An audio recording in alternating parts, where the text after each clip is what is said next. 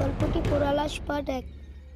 তো পোড়ালাশের ঘটনাটি আমি জানতাম না। আমি ব্যালকনির সামনে এসে দাঁড়াই, তো তখনই দেখতে পাই যে পোড়ালাশ পটের দেখতে পাই যে দুটো মহিলা আমাদের বাড়ির সামনে দিয়ে যাচ্ছে। আমি বললাম, তোমরা দুজন এত হতাশ হয়ে কোথায় যাচ্ছ?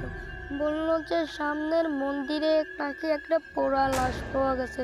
কিন্তু আমি ভাবতে লাগলাম যে এই পোড়া লাশটি কোথা থেকে আসবে। তখন আমি বললাম যে পোড়া লাশটি কোথা থেকে আসছে। বললো প্রতিদিন রাতে এমনি করে পোড়া লাশ পাওয়া যায় এখানের ঘটনাটা কেউই জানে না যে কেন পোড়া লাশ পাওয়া যায়। তাই তো রাতে কেউ বাড়ি থেকে বের হয় না। আমি বললাম, কেন? আমি তো বাড়ি থেকে বের হই।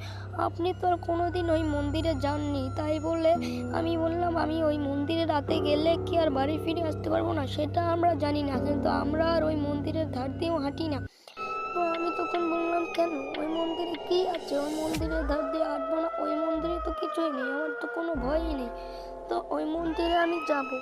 ভাবছিলাম ওই মন্দিরে যাব, হঠাৎ রাস্তায় আচমকা একটা ঝড় শুরু হলো। তারপর আমি একটা বট গাছের নিচে এসে দাঁড়ালাম। তখন ভাবতে লাগলাম, আমার মনে হয় মন্দিরে এখন যাওয়াটা ঠিক হবে না, কারণ মন্দিরে এখন গেলে আমি ভিজে যাব, হয়তো বন্যাটা আরও বেশি হতে পারে। তাই জন্য আমি বাড়ি চলে এলাম। বাড়ি চলে এসে আমি রাতে শুয়ে পড়লাম। সকালবেলা উঠে নাকি শুনি সবাই মন্দিরের সামনে গেছে, পোড়া লাশ পাওয়া গেছে কল্লা কাটা। তো আমি পোড়া লাশ দেখতে যাচ্ছিলাম, হঠাৎই বললে ওদিকে যাওয়ার দরকার নাই, কারণ পোড়া লাশ নাকি নিয়ে গেছে শ্মশানে। তো প্রত্যেক দিন আমাদের এলাকার মানুষগুলাই পুরে ওখানে লাশ ফেলে দেয়, কিন্তু কারা ফেলে দেয়, কেন ফেলে দেয়, আমাদের এলাকার কেউই জানে না। তো আমাদের এলাকার কেউ না জানলেও আমি এটা জানতে চাই, তার জন্য আজকে রাতে আমি যাব সেখানে। তো আমি আজ রাতেও গিয়েছিলাম। হঠাৎ করে আমাকে কে যেন পিছন থেকে ঢিল মারছে, কিন্তু আমি দেখতে পাচ্ছি না কেউ মারছে।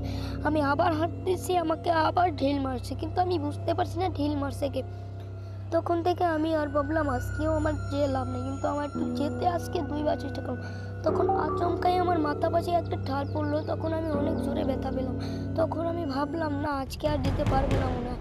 কালকে আমার বন্ধু সৃজনকে নিয়ে আমি যাচ্ছিলাম, কিন্তু আমার বন্ধু বলতো ও মন্দিরে যাস না, কারণ ও মন্দিরে পোড়া লাশ পাওয়া যায় প্রত্যেক রাতে।